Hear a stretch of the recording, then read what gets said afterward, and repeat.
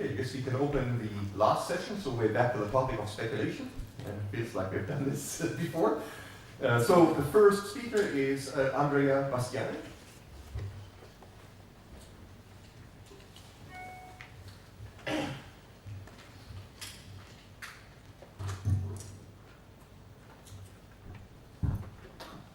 Okay, thank you for being here.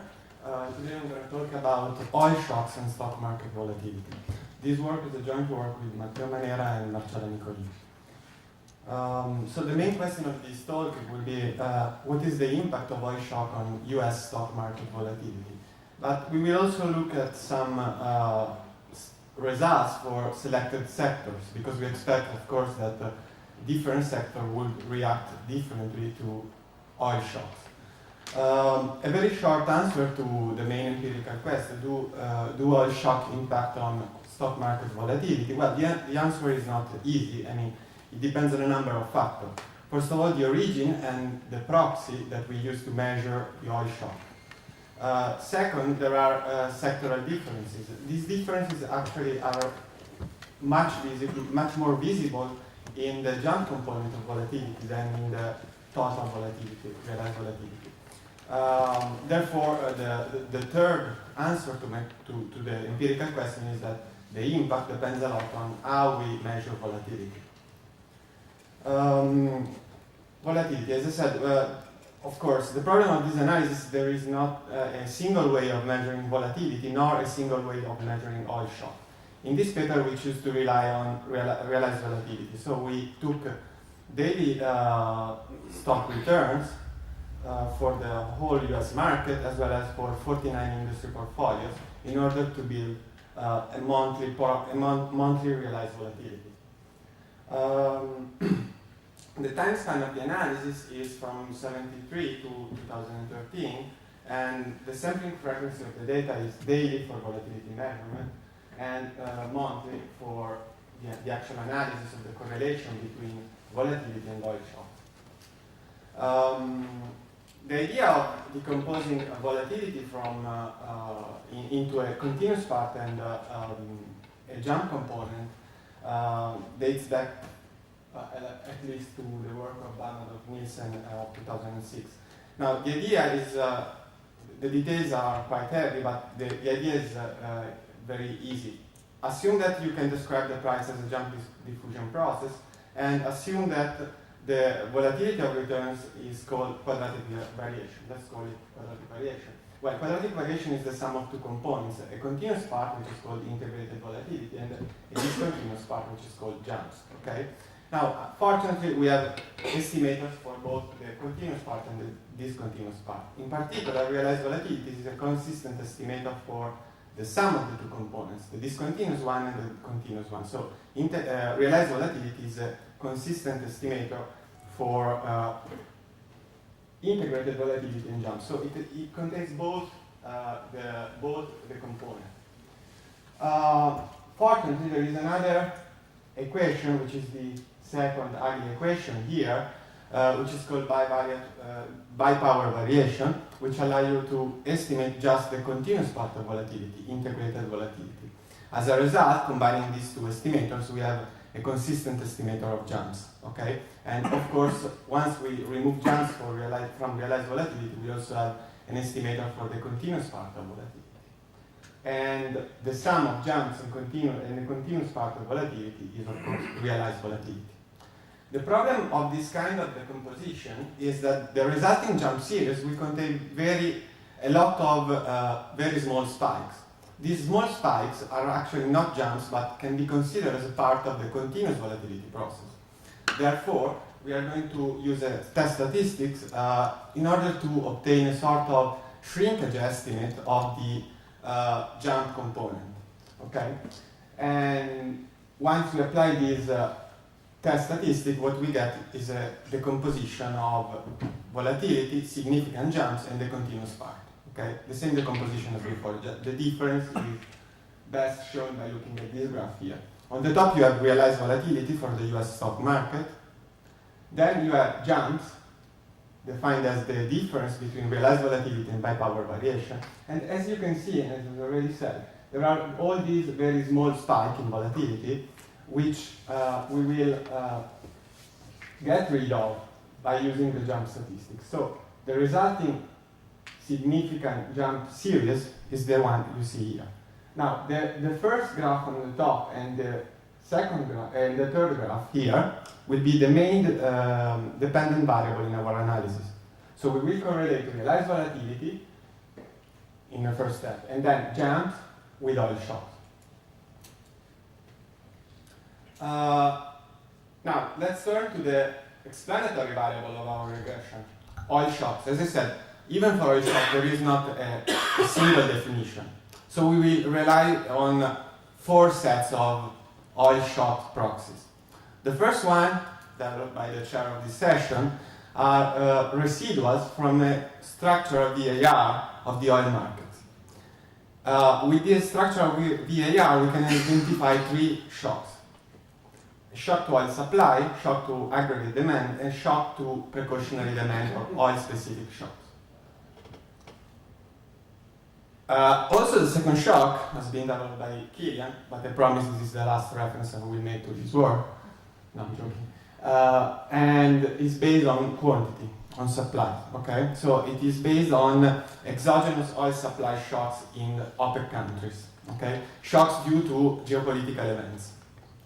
We updated this series with including just another shock, which is the shock due to the Libyan civil war in 2011. This is the idea underlying this series. Basically, you have the true production data. Then, when a shock happened, the Libyan civil war in this case, you build a counterfactual using the growth rate of production in countries not hit by the shock. And then you have once you do this for all the OPEC countries hit by shocks, you get something like this. Okay? Here you see that this series captures the main development in geopolitical events in the Middle East in OPEC countries, from the embargo to the last one, civil war in Libya. And as you can see, the last shock is quite small in magnitude. It's less than 2% of world production. The third measure of shock is based on the work of Eni.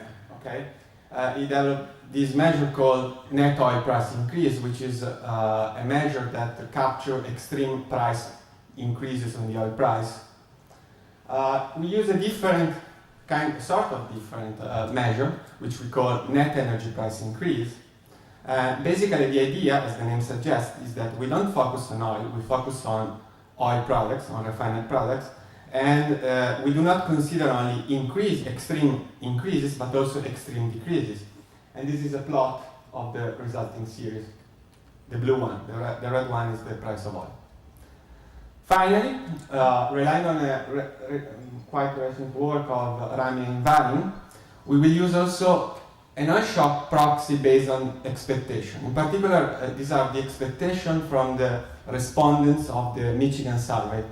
And more precisely, this is the variables, which is the percentage of people, of respondents, who quote possible fuel shortage as the reason behind expected fuel price increases. And here, the blue line is the oil price shock net.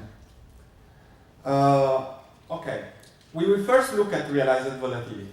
Okay, so the first set of results will be based on a bivariate recursively identified VAR, where you order the price shock first and then realize volatility. Okay? The idea of this analysis is that we can get an estimate of the average response of volatility to oil shock. Let's start from the results for the whole 49 sectors. Okay?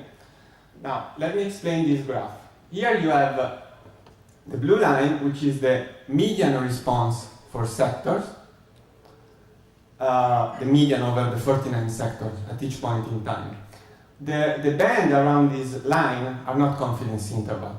These are just sort of distribution of the impulse response function across sectors. Okay, So the fact that, for instance, here 0 is in the confidence interval doesn't mean, is in the band, it doesn't mean that the response is not significant. It's just a way to summarize the results for 49 sector, which I think is better than presenting 49 slides.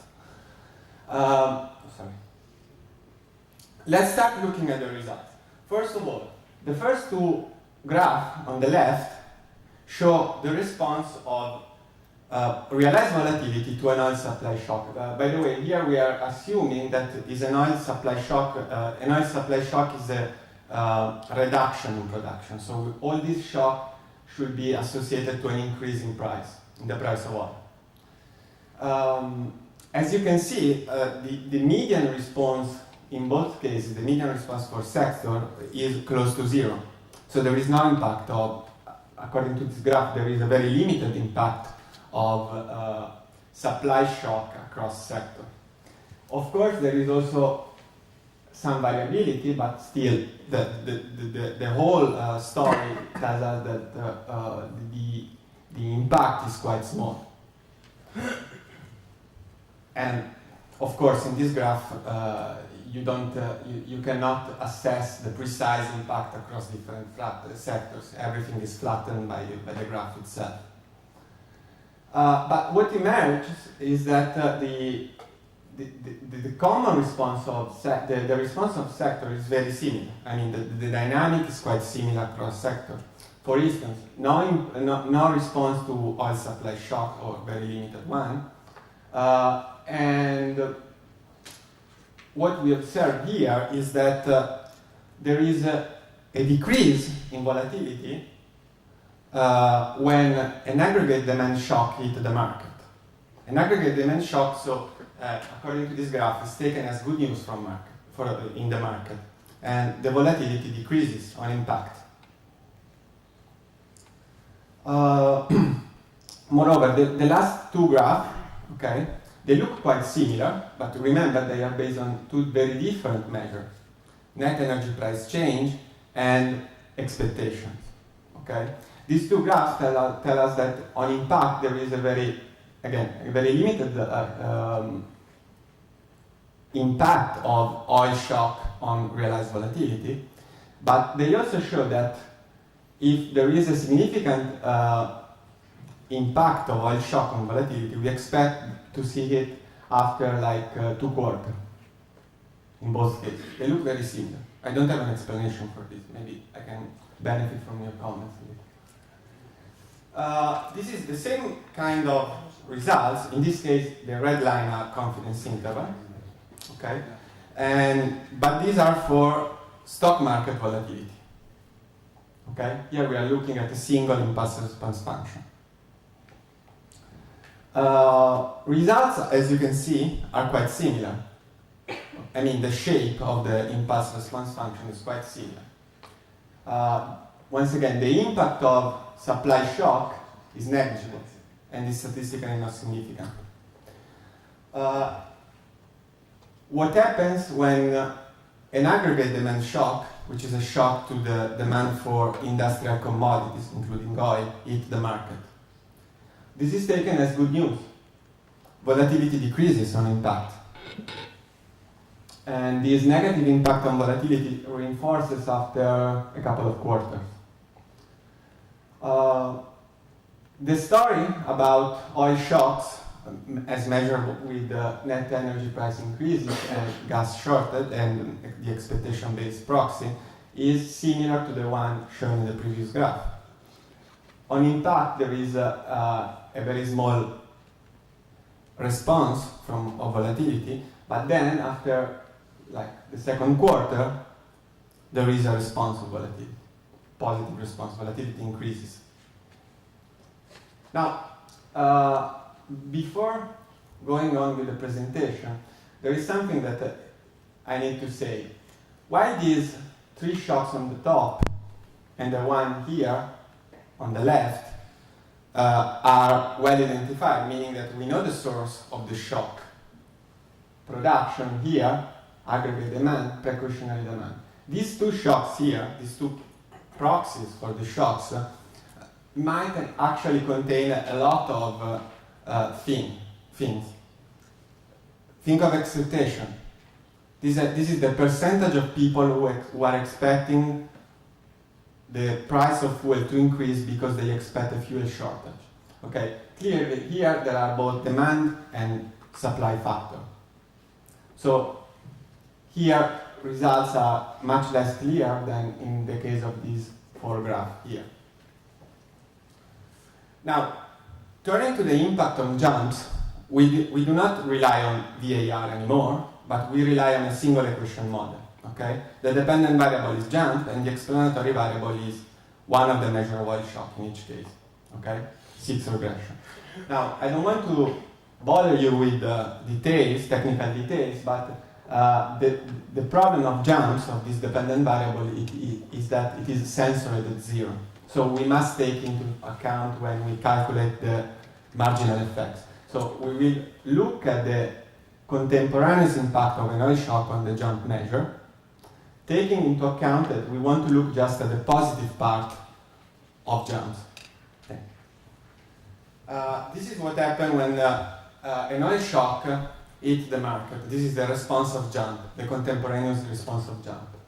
Basically, for the US stock market as a whole, there is no impact the impact of supply shocks is negligible, as we have seen before. Okay, the only impact which is statistically significant is the impact of aggregate demand shock, which decreases, which is negative. And in this case, also these two measures are not very far from 0. Now, we are at Fondazione Eni Enrico Mattei, so we will look at the oil and gas sector. Moreover, there is obviously another reason to look at the oil and gas sector. The fact that, in principle, we expect that the impact of oil shocks will be bigger for the oil and gas sector than, say, for the banking sector. Here is what the impulse response look like. Well, as you can see, they are quite similar to what we saw for the whole stock market, for the entire US stock market. Surprisingly, the impact of supply shock is still, okay, here is positive, but is basically 0. And once again, all that matters are demand shock, demand-driven shock. Now, if we look at jumps, in this case, we see something interesting. The impact of supply shock on jumps is in both cases positive. Probably is not completely statistically significant, but at least it's positive as expected. Okay. By the way, here maybe you can see something which is not very, which is counterintuitive. Up till now, we've always seen that the impact of an aggregate demand shock on volatility is negative. This graph is telling us that the impact is statistically significant and positive. Well, there is a reason behind it. The reason is that, remember that volatility can be decomposed into a continuous part and a jump part, and the realized volatility is the sum of the two parts, continuous and jumps. Okay? Now, the fact that this is positive it can be explained by looking at the impulse response of realized volatility and the continuous part of volatility jointly, and the response of jump. Basically, the role of jumps is to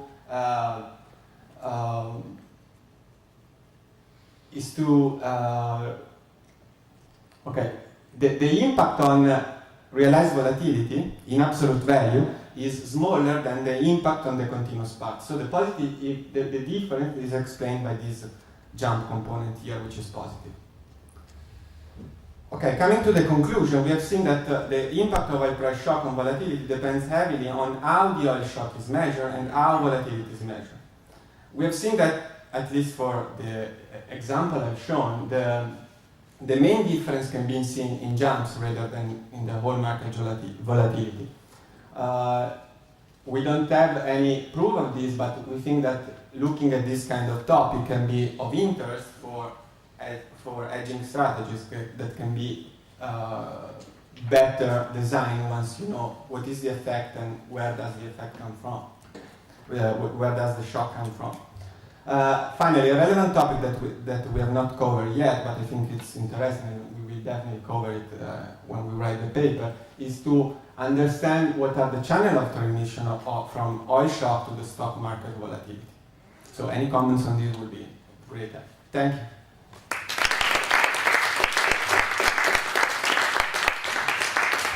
Thank you, that was very timely. So our next speaker is Anna Kay. Thank you, Matteo, for the invitation, and special thanks to Laura for putting the accent on my on my name, which has disappeared since I live in France. So myself, I not put it. This is a joint work with Mark, sitting also here, and we are going to make a break on speculation in the oil market, especially in a direct way. We will see that it comes back from the window. Because we are talking about the EU ETS market, which is the most important European and also worldwide, at the worldwide level to control for pollution. This market has been created now from more or less 10 years, and it is operational up to 2020. And one of the reasons for being interested in assessing which is the nature of pricing in this market is that it is actually under discussion an overall reform of the market. One of the reasons for discussing this reform is, as you can see in the graph, the decrease of price of CO2 markets and some episodes of spikes or volatility, and therefore also the need of understanding whether there is genuine speculation on this market or whether it is driven by the fundamentals. It's a market in which even the meaning of speculation could be different. It is different if we compare to the oil market, because of course it is a market where it's created from scratch. It's created by an environmental regulator, and the objective of this market should be, first of all, environmental compliance, which is something that is measured every year, and which also is done by firms by just combining on one side how much CO2 and other gases they emit and the number of permits they have in their balance sheet. So here comes also the question. In the literature it has been discussed whether carbon markets is a market for financial assets or not. So there is undoubtedly a double nature of these pollution permits. On one side, they follow financial strategies because during the year, apart from the compliance point, which is in springtime, firms have all the freedom to make trading, buying, selling those permits, except that at some point of time they must also be liable for what they do. On the other side, there is a strong link with what the literature has identified as the carbon market price drivers, especially in combination with the energy sector. The reason is that, for those who are not familiar with this market, is that over the regulated sectors, the energy sector and in general sectors which use primary materials and therefore produce CO2 by burning fossil fuels represent more than 70% of the market. Therefore, also for observability of this link between the energy market and the carbon price, there has been in the last 3-4 years a literature which has explained the link between carbon price and different kind of fuel prices, gas, coal, and oil mainly. The nature and the stability also of those links are not yet completely established, also because of the variety of the method used. Since there is this double nature also of the CO2 allowances, another strand of the literature, which is the financial one, has also observed which are the price drivers. And in that case, the accent is much more on the uncertainty and volatility, which seems to be also another factor affecting the carbon price. And the third point on this literature is that at the end of the day, if we can do a summary of what we have learned, is that, of course, I mean, the market, it works quite well, in the sense that the literature has identified some sound relationship, especially with gas. I would say that it is the variable that is more stable across the different studies. But there is also a problem, which is something actually at stake, and we heard also of the problems of reforming the market, which concerns the level. So one part of the problem about the level of carbon prices could be to understand the extent of speculation.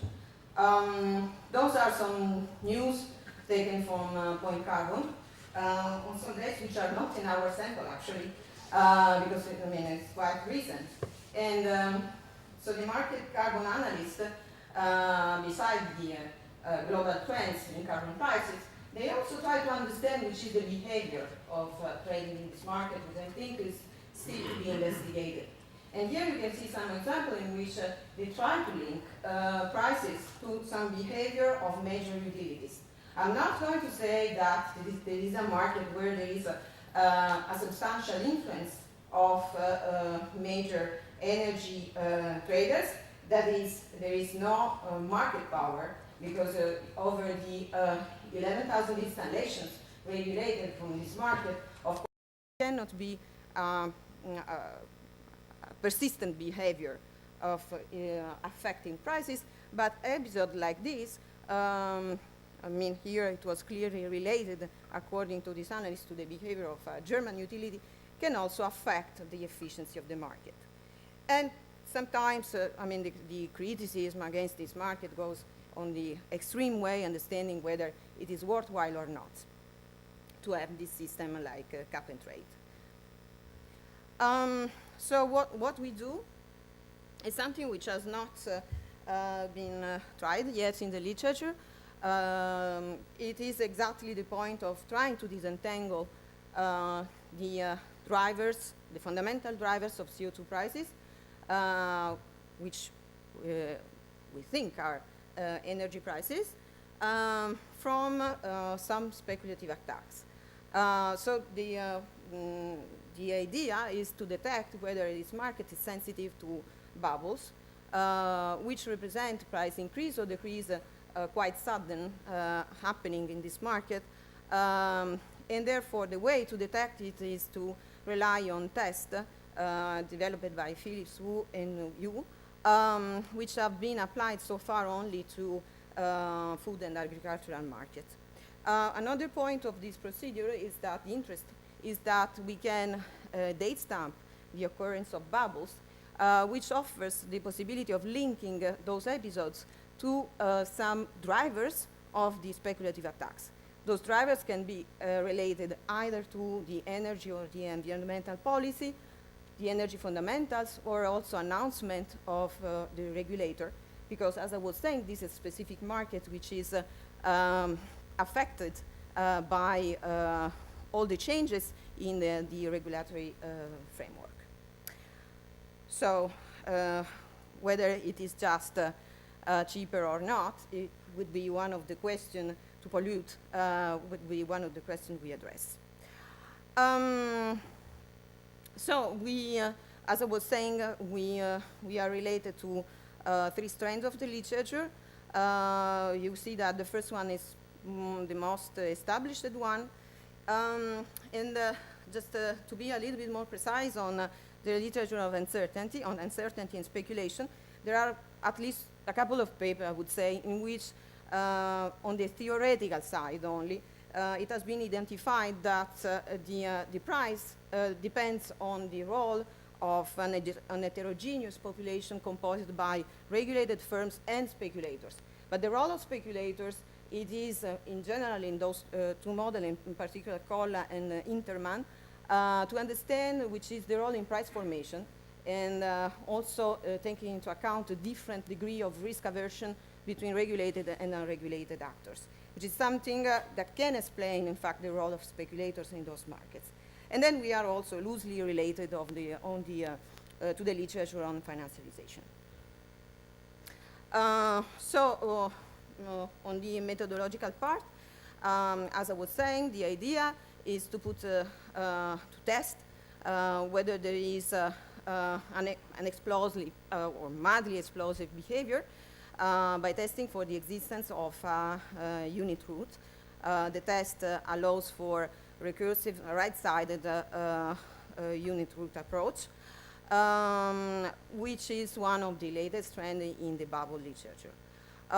So the point is whether the carbon price is going to react to unobserved fundamentals or is going to follow a random walk.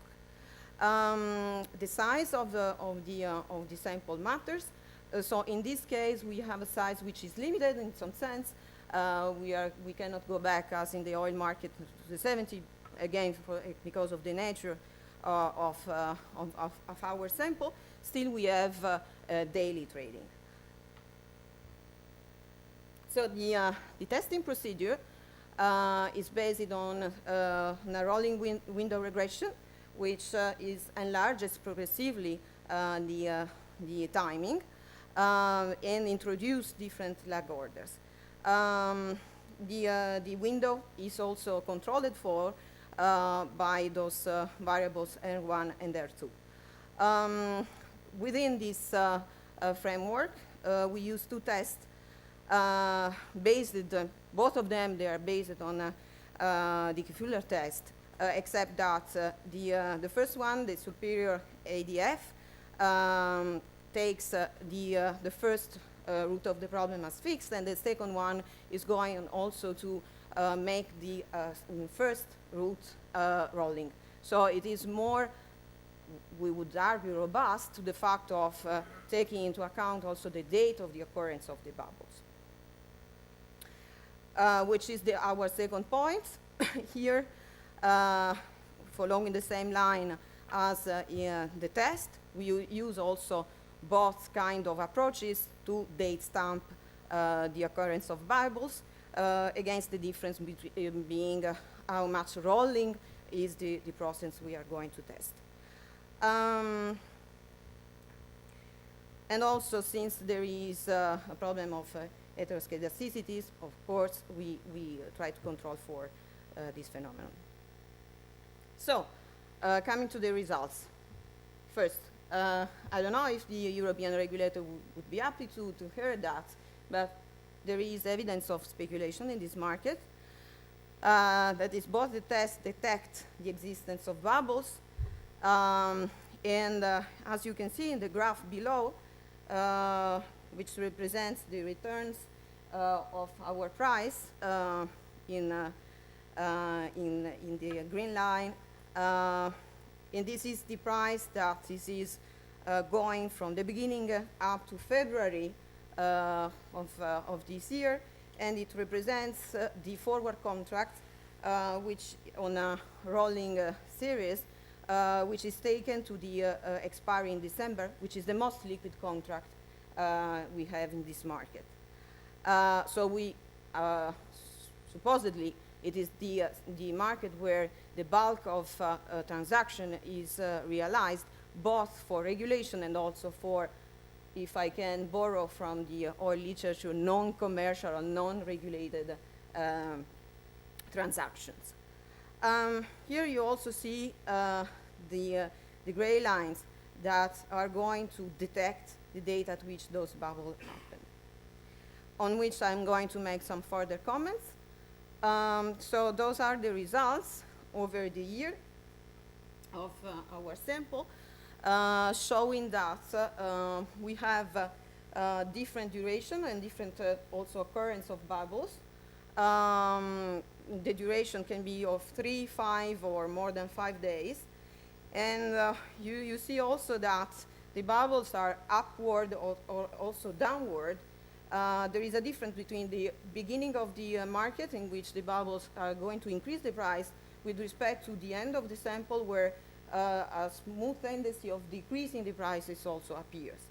How much this market is healthy? I would say that it is not an occurrence which is critical, but still interesting. So interesting because we would like also to understand where this behavior is coming from. So we are trying to make a link with the carbon driver literature and to understand whether those fundamentals are linked to bubbles in the energy market. The point was here to create something which is going to reflect the overall compartment of the energy sector. So our idea was to create a compounded variables by using principal component analysis in order to detect at the same time the impact of gas, oil, and a variable which is called the switching price, which is a notional variable of the CO2 price, which is going to affect the choice of energy utilities of producing electricity mainly by relying on coal, if the realized CO2 price is low enough, or gas, if there is an incentive to switch to a cleaner input, because as you know, in terms of CO2 emission, gas is preferred. And then we have also the link with the economic activity, which here is measured by, as it is in the literature, by a financial index, in order to have something which has the same variation as the daily carbon trading. It is a good variable, even though this will be one of the points on which, for sure, we have to improve our methodology. Still, it explains more than 60% of the considered drivers. But I think that, yes, it was just a first attempt. Meaningful because we have found that there is no bubble in the compounded variable. So this is going to reinsure, again, this European regulator, saying that, as in other papers, we find that there is a good reaction of the CO2 price to the fundamentals, but still, where do they come from? So this speculation, those bubbles. Since we have these advantages of knowing exactly the day at which those bubbles occur, we have tried to make inference, if you want, from the institutional environment, trying to understand whether there was a link between major events in the energy and environmental arena that could be linked to the occurrence of bubble. As our first investigation seems to give us some interesting point, in that exactly in the days in which the bubbles occurs, we have found some, as you can read here, some events which have affected, let's say, the stability of the market.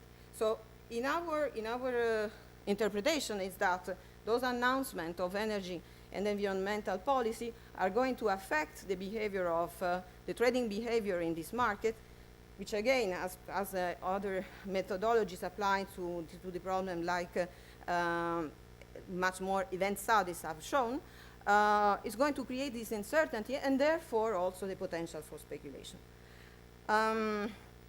So the events that are shown here are really in coincidence with the bubbles.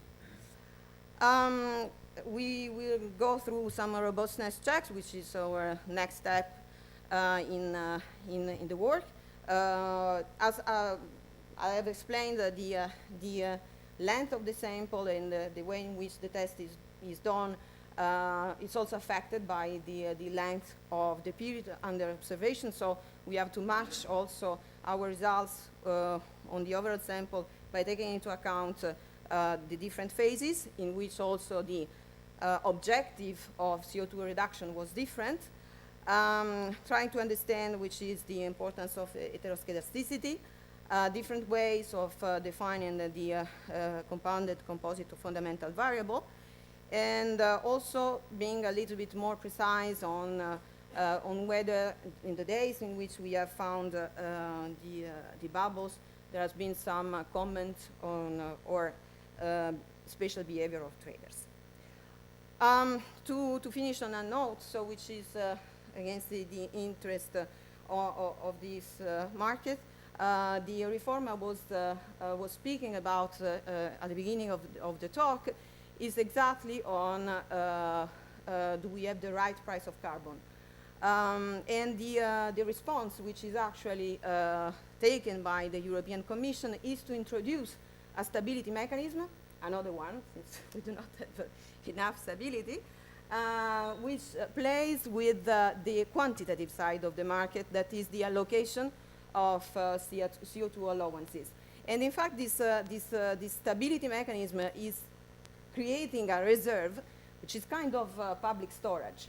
And the idea is that you are going to play with the number of allocation in order to have the good price. Our approach is going to suggest that maybe you do not need to intervene so heavily in the market. Maybe intervening also on price position, as it is actually the case for financial regulation for energy market, could be enough. Thank you for your attention.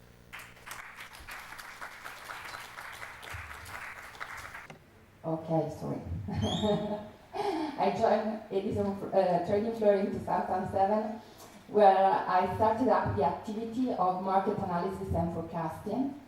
I now manage a team of 8 people, which are in charge of building up strategies for traders and to price complex structured products such as virtual power plants, virtual gas storage. So, first of all, let me explain the title of this presentation, Big Fish. The title is borrowed by the novel Big Fish. I don't know if someone of you watched the movie at the television. It's a fantasy-like story told by a dying father to his son, and the father makes things bigger than in the reality, and exaggerates every event in his life. I think the story is straight through. It won't be complicated, but it won't be interesting either. Did you ever think that maybe you're not too big, but maybe this town is just too small? So the title came to my mind because on the relationship between oil prices and speculation has been told a lot. And mainly in a negative way by newspaper. And in our everyday life in a trading floor, we realize that the relationship is complex and it's often ununderstood. So I think that the way you tell the story is important, but at the same time it's important to detect correctly the relationship. So this is the outline of my presentation. We just started observing 2 main evidences on the market. The first one, we have discussed it a lot during this conference, is the financialization of commodity market. We observe a very, very big increase in general in the open interest, but in the open interest of financial operators.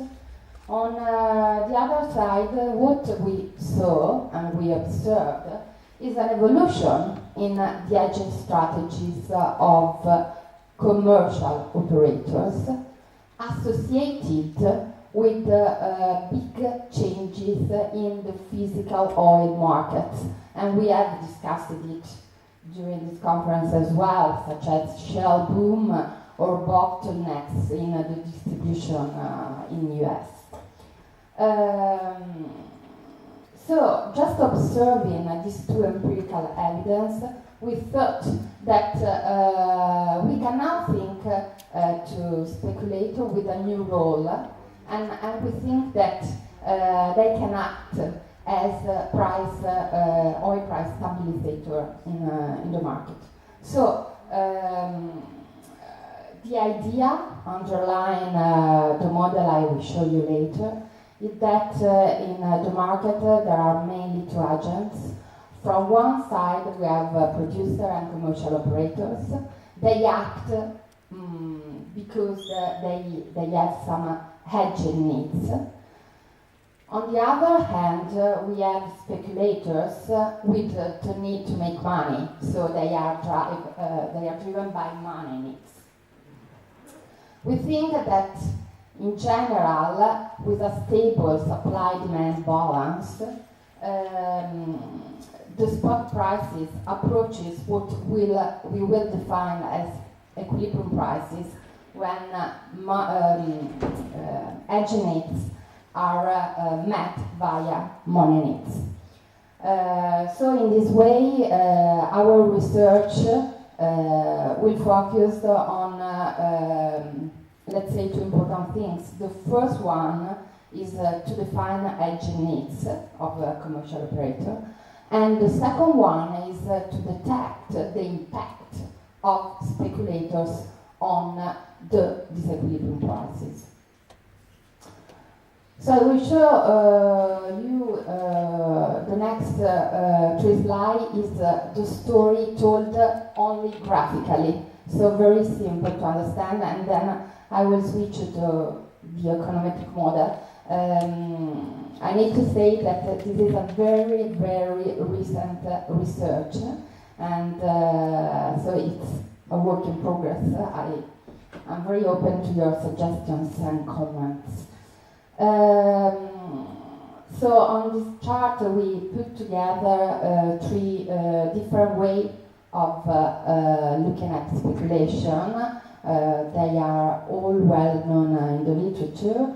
We have the ratio between speculation and commercial open interest, the working index, and then the ratio net long position on open interest.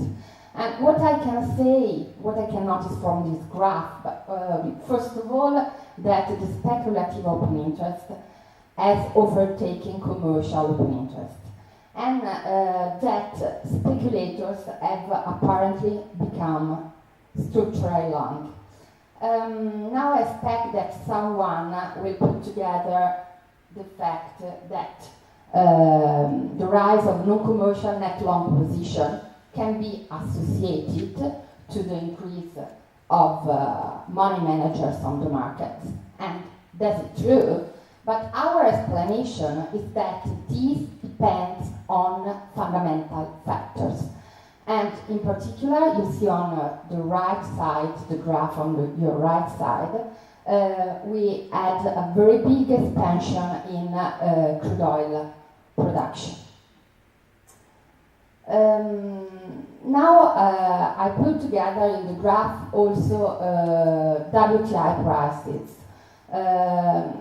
So starting this graph are for the last period, 2011, starting 2011. But in general, we can say that graphically, we cannot associate the huge increase in net long position to a corresponding increase in oil prices, which is the blue line in the top graph. Instead, what I see is that backwardation, on the contrary, has risen a lot, meaning, in our opinion, that perhaps financial operators, what we call speculators, are more interested in positive rolling returns instead of higher prices. And the last graph is on volatility, and we can say that despite the observation of great geographical risk, we saw a decrease in volatility. So for all these reasons, we thought that perhaps speculators now can have a new role on the market, and the role is to stabilize oil prices around a level of equilibrium. So we focused on the US market because there are some more data, they are public, and we use weekly data starting 2003 to 2014 from CFTC, and for WTI we use the close of Tuesday of every week in order to be coherent with the publish of CFTC data. And we also use yearly data on capital expenditure by the main oil company. I will show you in a few seconds how we derive our equilibrium price for oil. And here it is. This is, I can say this is the only model we have for forecasting oil prices in the trading floor. This is our way to understand how oil companies can remunerate their investments, and we think that this can be a way to define our equilibrium price. For sure, we can think about something else for developing this paper, this research, but this is one way. So on the orange line is our forecast on WTI. The paper, the model original took into account Brent prices. Then we use it for this research, estimating LLS and taking into account the bottlenecks in US area. So this graph shows you, using the forecast of our CAPEX model, how we have derived these equilibrium prices. So it's a percentage which gives you us the idea on how distant is the spot market from what we call equilibrium prices. And now the model. The model is a sort of BECM.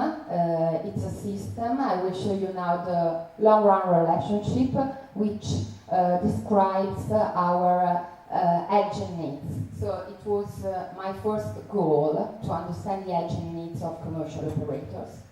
I would say that commercial needs depend only on fundamental variables, and you see that my variable P&L, which is defined in the slide, depends on supply-demand balance in United States, which is made up accordingly to the P&L and to the time spread. And the graph shows you that the residual of the system are stationary. The short-run relationship, I want now to add speculators, what I call speculators, and I would be happy also to understand if I can detect their effect on prices, take into account that in my mind the effect cannot be the same if the oil prices is higher than my equilibrium prices, or if the prices is lower. So I need to take into account, in my opinion, also asymmetries. So I build up this vector of exogenous variable, which account if this equilibrium prices is positive or negative. And now come to our empirical results. In the long run, you see that we are able to understand the hedging needs of commercial operator through supply-demand balance, meaning that the higher the demand is, the higher is the P&L. Then we are able also to understand that in the long run, contango structure is important. Operator by spot and sell forward consistently with a carry trade strategy. In the short run, what we see first of all is that each error correction coefficient is statistically significant. We think that the time spread has a different coefficient with respect to the long term, and this makes sense in our opinion, because if you remember the story I tell you at the beginning of this presentation, I think that in the short run backwardation is important, because I think that speculators are more interested in positive rolling returns than in higher oil prices, and backwardation is absolutely consistent with the WTI market we see now on the screen. And then the effect of speculation on prices. Okay, now you can see the coefficient better, the significance. Well, we were able to detect this. We were able to understand that there is an impact on the disequilibrium prices of speculation, and this impact is different if the price is higher, the spot price is higher than the equilibrium. Speculation helps to come back to the equilibrium prices with a stronger magnitude with respect to if the price is lower than the equilibrium level. But in both cases, there is an impact. So, just to sum up, we were able mainly to first of all, describe the hedging needs of commercial operator on the US market, and then to understand not only if there is a relationship between oil prices and speculator, which has been done a lot in the literature, but to give speculators a role in the market. As future research, we would like, first of all, to try to extend this kind of approach to other markets, because we just focus on WTI. Then we think we can understand if there is an impact of different economic regimes, and it could be also interesting to understand if the algorithm trading, which is taking place especially on the WTI market, can have an impact on this kind of approach. That's all.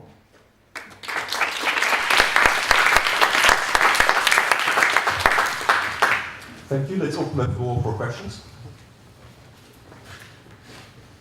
Are you raising your hand, Barton? Yeah. Okay. I was waiting button to.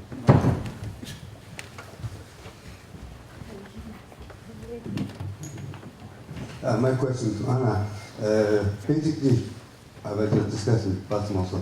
You observe some bubbles over there, and then you also look back and then see if there are some news, and then you found some news to explain that bubble, and then your conclusions about this bubble is the result of speculation or what?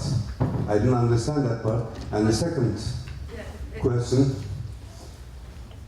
you have a policy recommendation on how to, what's called, restrict financial players. Why do you think restricting financial players' position will help to stabilize the markets? I mean, we have seen a lot of evidence that financial speculation actually stabilizes the prices rather than destabilize the price. So the first one is easier, and the second one is a little bit tougher. But for the first one, the idea is that this approach is going to, the testing approach that we use assumes that the carbon price is governed by, it should be dividend and also asset pricing.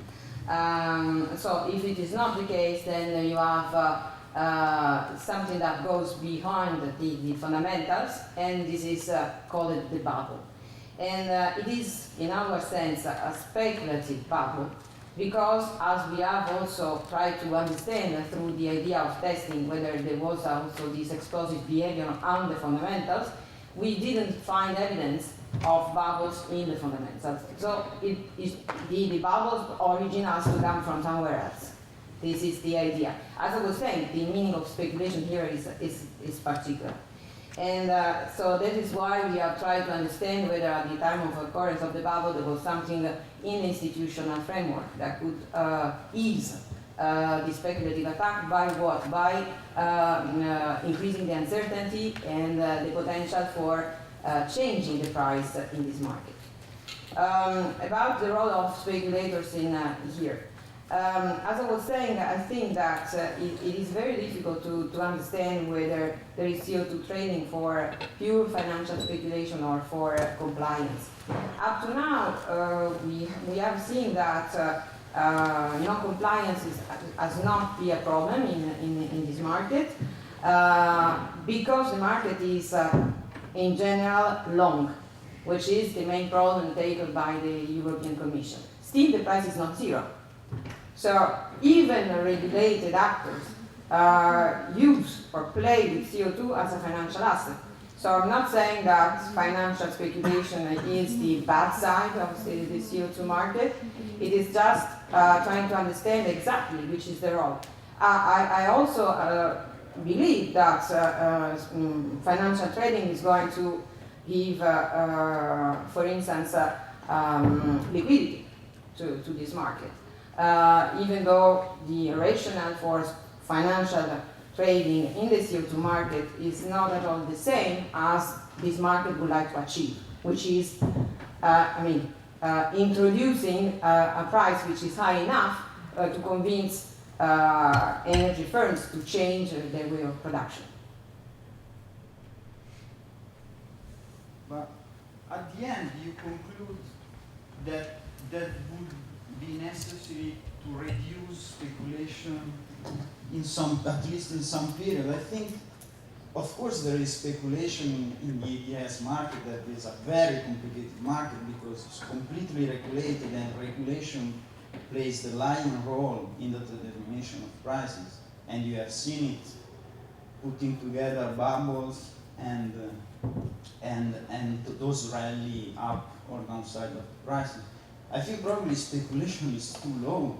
I have seen banks crying in Varsavia with some coal producer to say, please, let me deal with your CO2. There was a reverse cash and carry position open for 1 year in the ETS market. Arbitrage, whatever, stolen allowances, whatever.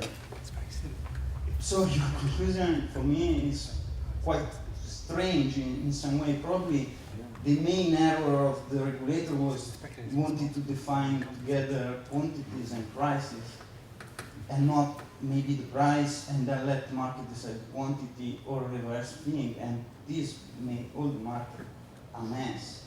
And the result, the price is not zero because there is still a bet the regulator will change his attitude and probably make the market short for some time. I don't know. No, I mean, I agree with you that the thing is complex, and one of the reasons is exactly to understand whether a further regulation is needed in this market. And I mean, the conclusion is quite open so far, since the work is still going on. But as I understand, this idea of, which is actually the way in which the Commission has reacted, saying I would do the buy and sell instead of the market if the price is not the right one, is a further question on why they didn't introduce directly a floor and a cap, as it is, for instance, the case for the Californian market. If they think that there is a reference price both at the bottom or at the top of the distribution, why they do want to introduce another regulatory instrument which is on top of the allocation. So I've said maybe together with some limits on the position, but it's an open question.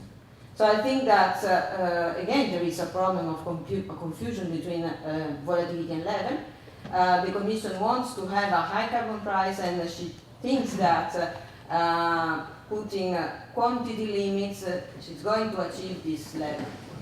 And our analysis shows that maybe there is a discrepancy between how do we use quantity and how do we use price. This is something that we have to think about. But I agree with you that, especially with the heterogeneity of the goals of national and European national operators and European regulation is quite tough. Okay, so let me throw in a couple of comments. Let's start with Anna. So when you try to relate your episodes of speculation or bubbles to news, I think the right exercise would be one where you're looking at all news episodes and you're trying to show that the occurrence of news helps you predict the occurrence of those episodes. Because imagine a world in which there's news every day, right? Some oil minister from Norway is giving a speech in Romania on one day, and the next day you have some other news. So in that kind of world, by construction, you would always find some news on any given day, and you would be tempted to conclude that that was the reason why something happened on that day, but that's actually not the case, basically selecting on the outcome. The second point is more general. I'm a little bit skeptical about the bubble test methodology that Peter Phillips introduced, because it seems to me that that is observationally equivalent in three cases. One is there's actually bubble behavior. Second case is there is news about fundamentals that makes people trade in a way that changes the price a lot.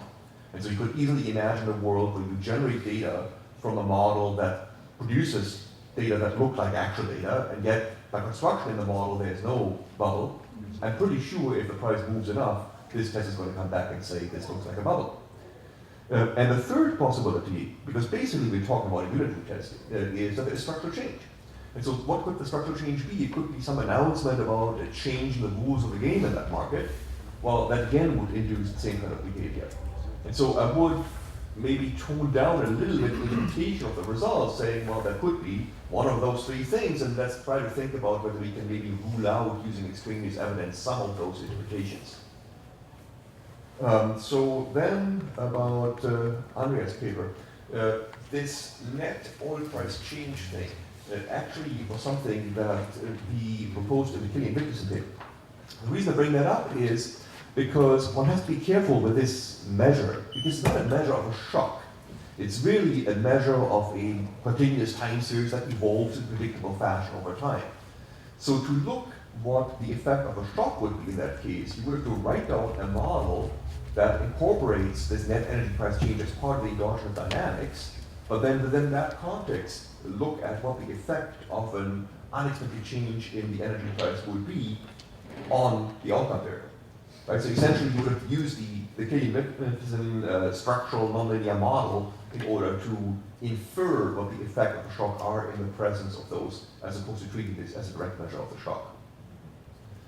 And as far as Elisa's paper is concerned, I'm not sure about the interpretation of the short run and long run coefficients as kind of as something about the structure of the economy. Because these are coefficients that are part of the reduced form. In fact, they're not even technically measuring the short run. For example, if you were interested in the short run response of some variable to some shock, well, that would depend on the impulse response function. And the impulse response function is a function of all parameters of that model, not just the short run parameter. And so there's no way of inferring short run behavior from that. You really would need to compute the impulse responses. But for those to be meaningful, you would have to identify particular shocks, making structural assumptions which so far we have not done. So I think that's another step to be added on before we can actually interpret those results. Yes, Buddy?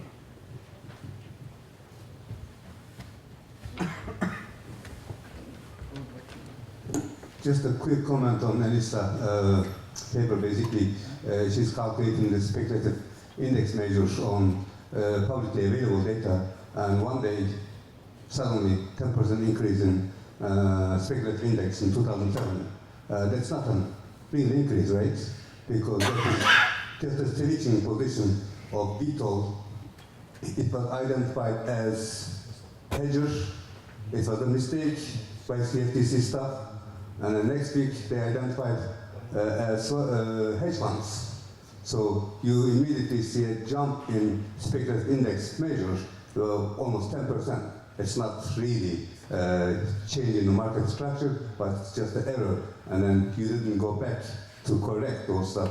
And also, after 2007, we see a lot of episodes on that one because the FTC staff take better measures to what's called see whether it's what's called commercial or non-commercial. That's why oil, especially the oil commitment of trader report, has a lot of problem, which you should not have used at that time because you are not actually capturing the long and short position of commercial and non-commercial. You don't know what you are capturing.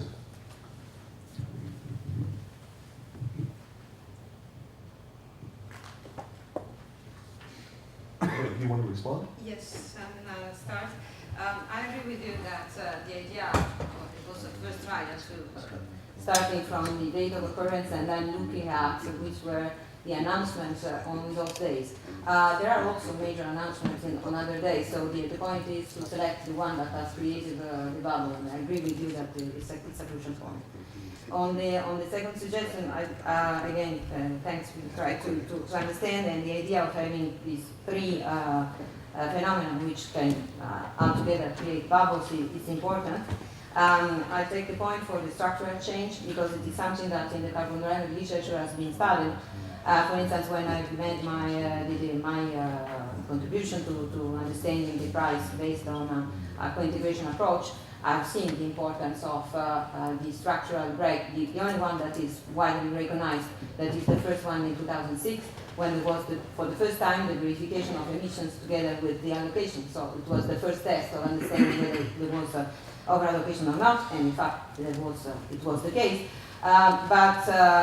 So it came to my mind, and in fact the bubble that we had in 2006 doesn't coincide with this major structural break. So again, the problem is going to come from elsewhere, and the research is open on that.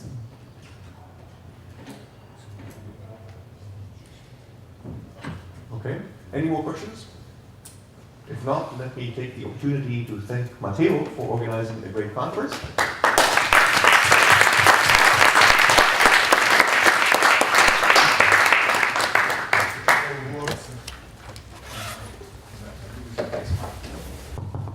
Just a couple of words to conclude. I don't want to spoil your time and to give the impact, your input will launch. So, a couple of things. Yesterday, during my welcome address, I said that the main ambition of this conference was to, say, provide participants with updated, interesting visions, impressions, ideas about, say, key issues related to oil markets and international commodity markets in general. Today, backward looking, I think we fully succeeded on that respect, okay? And I think the two ingredients which have driven this success are essentially, well, first the high quality of the presentations and of the discussion. For this reason, I thank the speakers and also the participants. And the second, I think, a mix between two things. One is diversification. If you look at the program, we have touched upon a lot of things, naturally. Diversification in terms of topics and diversification in terms of approaches, okay, different approaches. And the second, more, say, tricky ingredient, which is, well, integration. Okay? Integration within the single sessions and between sessions, okay? Which was very surprising to me. So I have to thank you, all of you, for the participation to this conference. And, well, I have some incentives to organize a fourth conference. I'm steering Giuseppe from there. The incentives to organize a fourth conference, which you are all invited, which I hope FEEM is able to organize next year. Thank you very much.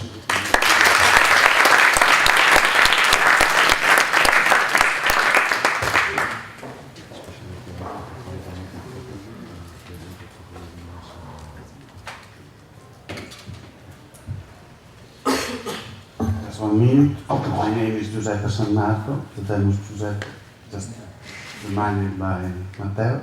I am the executive director of the Eni Enrico Mattei Foundation. My duty here is to thank. I just want to thank Matteo, first of all, for the wonderful organization. I want to thank also Laura Pelizzola and Valentina Milella for his wonderful help organize this workshop. And then I want to thank speakers which presented, in my opinion, I attended only this morning, but a really interesting presentation. I want to thank you, all of you, for attending the conference. I'm sure, I hope to see you again next year, because I would like to organize the fourth conference about oil price and commodity price. And finally, let me remind that tomorrow is the birthday of the Eni Enrico Mattei Foundation. Yes, the Eni Enrico Mattei Foundation is 25 years old, just tomorrow, the 7th of June. So I'm really happy and honored to be the executive director in this occasion. And I want to say happy birthday, Foundation. Happy birthday, Foundation. Thank you very much.